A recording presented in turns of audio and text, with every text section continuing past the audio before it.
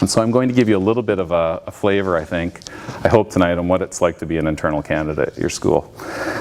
To flash back a bit to February 2007, and I'm sitting in my office. I'm assistant head at Kingsway College School. And our school is just 20 minutes west of Toronto, 15 minutes from the lake. We're about 20 minutes from the ACC, which is supposedly housing 2 professional sports teams. We're a grade 1 to 8 co-ed school, about 315 students, 45 faculty and staff. And as Hal said, we're entering our 24th year as a school. And about 70 to 80% of our graduating students each year choose to go on to other independent schools downtown Toronto or out in Oakville. Anyways, I'm back in February 2007. I'm sitting in my office. I'm editing report cards, thoroughly enjoying myself. And Glenn Zedoreko, who was head of school at KCS, he was the 3rd head of school. There was a bit of a buffer between Hal and I, which I'm very thankful for. Anyways, Glenn comes down the hall and comes into my office and closes the door. He had just come out of an executive committee meeting, and he turned to me and said, I won't be coming back to KCS in September. As you can appreciate, that broke the extreme pleasure I was having with the report cards, and brought me to my 4th lesson in leadership, which is let people finish what they're saying before you jump to conclusions. Because before Glenn got out his next sentence, my immediate thought was, what the beep and beep, beep, beep is the executive doing firing him? We're doing really well here. And then his next sentence was, I've just taken on the headship of TMS, or Toronto Montessori School. So after the shock of Glenn announcing this and telling us that he was leaving for TMS, we had a conversation about what would happen next. And one thing I was certain of, I wasn't applying for the job. And I was happily married to my wife, still am. Very clear on that. I understand that this is being taped. Heather, I am very happily married. And we have 2 kids, Alyssa and Brandon, and they were in grades 3 and 5, and at that time they still enjoyed spending time with me. I'd worked with Glenn for the previous 7 years, and I'd seen the amount of hours he had put into his job. He was married, but he didn't have children. And before arriving at KCS, I'd spent 5 years at a private school in Ottawa, Turnbull School, and I'd watched Marianne, the principal at that school, work the same sort of hours as Glenn, except that her children were in the later years of high school.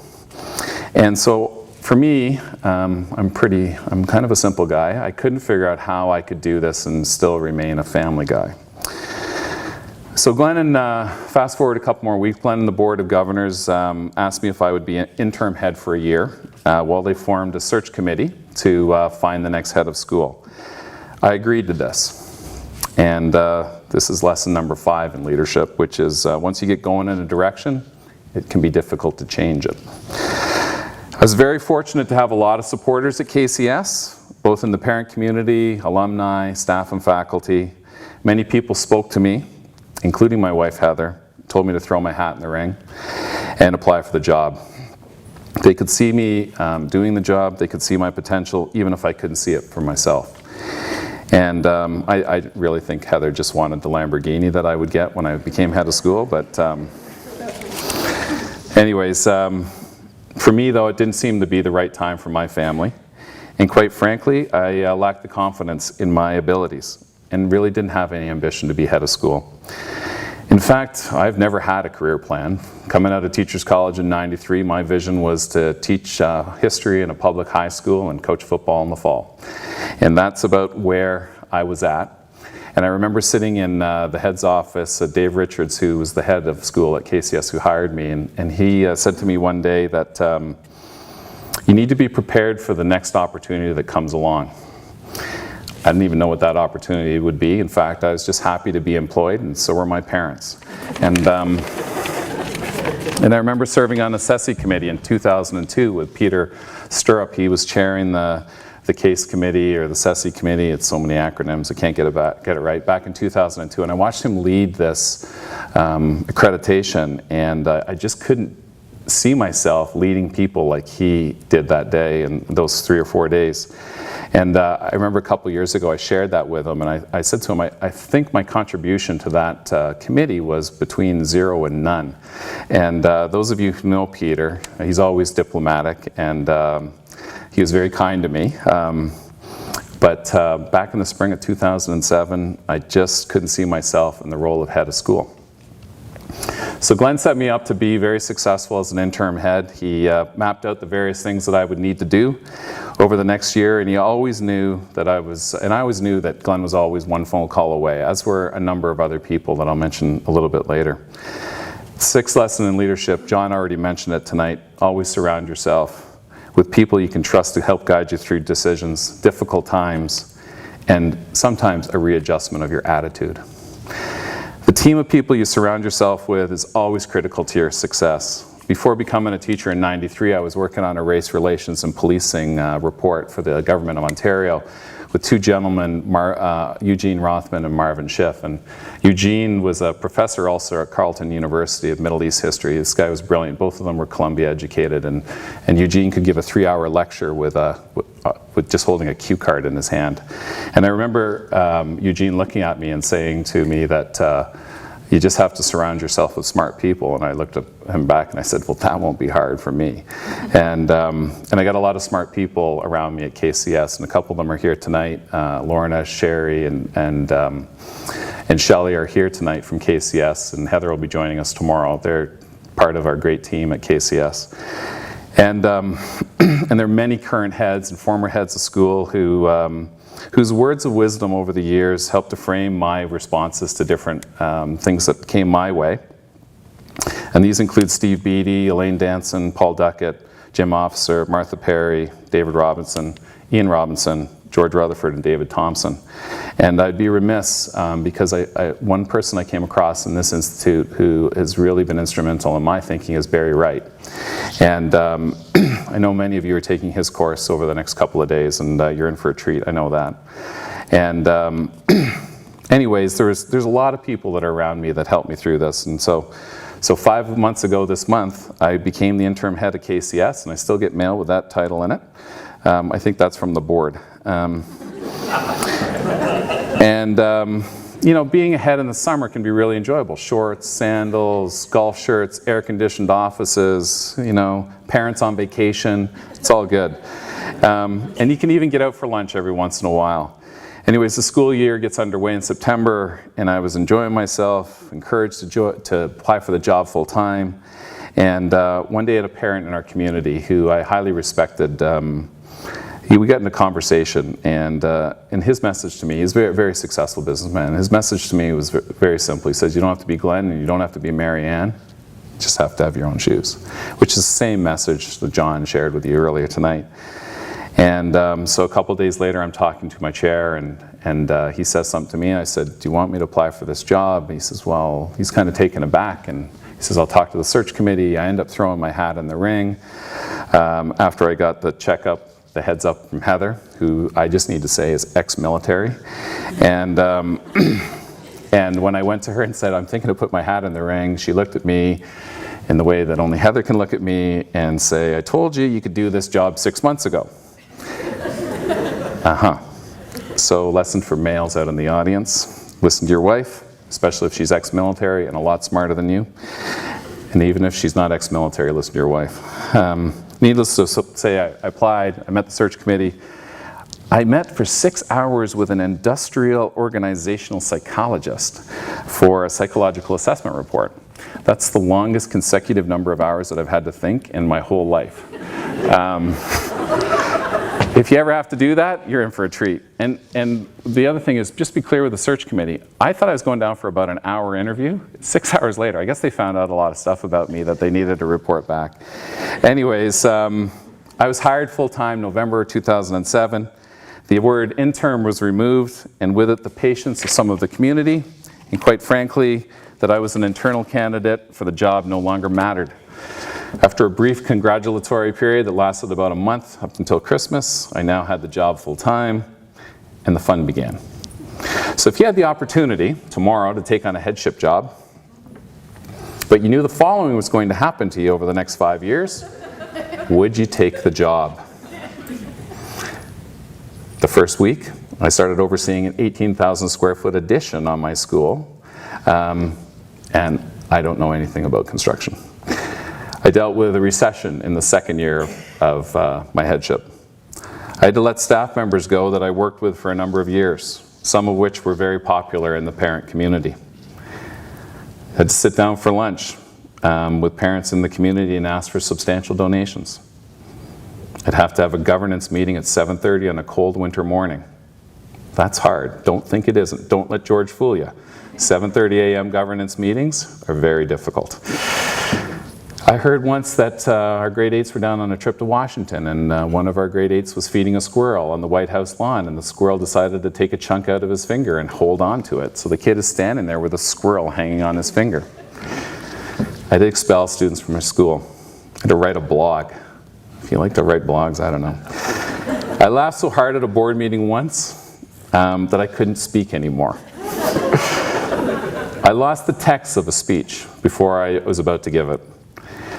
I dealt with a flood that closed 6 classrooms in our school about 3 years ago. And my favorite just happened last month on our Grandparents' Day. I'm downstairs in Canada Hall, I'm getting ready to say my remarks, and a staff member comes up to me as grandparents are just streaming into the school and says, "There's a police officer in the lobby." It was for a good thing. But your reaction was like, that was how my reaction was. There was a bit of profanity, I think, laced in that too. Anyways, thankfully all these things didn't happen at once, but they did happen, as did many other interesting events, conversations and emails. And I particularly like it when our staff or our parents write it down in an email, because I can keep it in perpetuity, which is terrific. Dave Haddon once said to me, we went out for dinner a couple years ago, and he once said to me, you'll have 3 major issues every year. If you get lucky and you only have 2, the next year you'll have 4. Dave, you're proven to be right. But I think as a former history teacher, often when I'm faced with these issues, I often find myself looking to history to remind myself that it could be worse. Then I try to smile, try to find some humor, and I make a decision on what to do. And as General George Patton said about the following about decision making, make a decision and do it like hell. Lesson number 8, it always could be worse. Unfortunately for me, it was. The above, it was just the school side of my life. I was still a husband and a dad. My daughter, Alyssa, who had been in and out of hospital since she was 4 years old, dealing with various physical, undiagnosed health issues, tried to commit suicide 2 days before her 13th birthday. She was suffering from severe depression, and this made the school-related issues pale in comparison. However, with the help of amazing healthcare professionals and our family, we've gotten through this. Alyssa's still learning to live with her depression, as Heather and I are. She has good days and she has bad ones, but she's going to turn 16 in November. And for that, I'm really grateful. We went to see the Scorpions on Monday night. And next week, we're going to go see Nickelback and Iron Maiden. Yep. We take it one day at a time. But if your school doesn't have a mental health on your priority list, you should make it so for the coming year and in the future. It's more than important. Our independent school community of schools must do its part to break the stigma surrounding mental health. Our family, particularly Alyssa, speaks and writes openly about this. Alyssa appeared on Canada AM this past February, and we held a school information night in January that really started to help change the dialogue for many at our school on mental health. You can do the same at your schools. To me, this is one of the most rewarding, if not the most rewarding thing I've done in 20 years in education. Building new facilities and raising money and high enrollment are all terrific accomplishments. But helping children and their families stare down the stigma of mental health is something truly rewarding. Even knowing all I know and all the things that have happened to me, I'd still take this job in a heartbeat. 5 years ago, the 4 heads at KCS gathered for a photo. And Hal was the one who initiated it, as he initiates a lot of things. And I remember standing there getting ready for the photo. And Hal looked at me and he said, "If you don't like solving problems, don't be a head." I don't know if you remember that, Hal, but I remember it clear as day. And you know, when problems arise at your school, are you part of the solution? Or do you run and say, "That's not my issue to solve"? I have to admit there's some times that I walk quickly away, but I returned. And last summer, Peter Stirrup and Martha Perry and I were sitting together at the Leadership Institute, and we started having a conversation around this issue about being ahead, and we all agreed that perfection is impossible in our school, and that's lesson number 9. We'll always have issues to resolve. Get used to it. Kathy Nikitas had at Miss Edgar and Cramp School in Montreal. We were standing there last year after Emery's comment about the baby, and she looked at me, she says, "Don't you just wing it sometimes?" And I looked at her and I said, "Sometimes?" Anyways, I'm going to conclude. There's a couple of stories that I'm a sports junkie, and which is sometimes to my detriment at the school, but it is what it is. The first sports story is about Adam Vinatieri, who's an NFL kicker. And in his book recently, he wrote about kicking in the NFL. Kicking at this level is all about how you handle pressure. We're on an island, everyone is watching us. It's not like some play where only the coaches who can see the film can tell who screwed up. The difference between kickers is, can you do it when the lights are on? Being ahead is somewhat like that. And I'm sure it is in many of your jobs at your schools as well. You're in the spotlight for all the good things that happen at your school, and you're often given too much credit for the successes. But as you know, with the good comes the bad, and you need to be prepared to be accountable. The second story, not surprisingly, is another sports story. And it comes from one of the best sports books I've ever read by John Feinstein. It's called Season on the Brink. And it's about Feinstein followed the Indiana Hoosiers basketball team in the late 1980s. And the book has just been re-released in its 25th anniversary. And Bobby Knight, those of you who are sports fans will know who Bobby Knight is. He's a bit of a volatile man. When Bobby Knight took on the job at West Point coaching basketball, he'd gone back to see one of his old coaches at St. John's, and his name was Joe Lapchick. And Bobby Knight went to see him and to tell him about his new job at West Point. And Lapchick looked at him and he said, "Do you care what people think of you?" And Bobby Knight said, "Not really." And he said, "Good, because if you want to be liked, don't coach." To me, lesson number 10 is being ahead isn't a popularity contest. There are many decisions you'll make that will test your integrity and your principles. Strong leaders don't take the easy way out. You're going to have those decisions, and they're going to keep you up at night. I could never have foreseen back in February 2007 that I'd be standing up here having completed my 5th year as head of school at KCS, and to talk to such great leaders in independent education. I know I'll see many of you in the leadership jobs that you're already in and in other ones as we go forward. But I know that attending this institute helped me to prepare for taking on the head's role at KCS 5 years ago. I was in the second graduating class in 2003 or 2004, and I guess I was following Dave Richards' advice without actually knowing it. I was preparing for the next opportunity. And I believe the time you spend here over the next couple of days and next summer and maybe the summer after that will give you a broader appreciation of the complexities of running an independent school. But remember this piece of advice from Chuck Knoll, who's the former coach of Pittsburgh. And Rianne, I know you're happy that I had 3 sports stories in this, but when you're making an important decision in life, make sure it's without regard to money, title, or position. Make sure it's about who you're going to be working with and how much you'll enjoy being there. The community I work with is outstanding. Students, faculty, and staff, and the families. The community certainly played a role in my decision to throw my hat in the ring in the first place, and is in many ways the reason why I've still stayed at KCS over the last 13 years. And I continue to enjoy myself even though I've been challenged professionally and personally over the past 5 years. I've grown as an educator and as a head, as well as a dad over these years. As Dave Haddon reminded the participants in the Next Steps program last year and on many other occasions, What got you here won't keep you here. There's no doubt about that. And I hope to continue to evolve as a leader over my next 5 years. Thanks, everyone.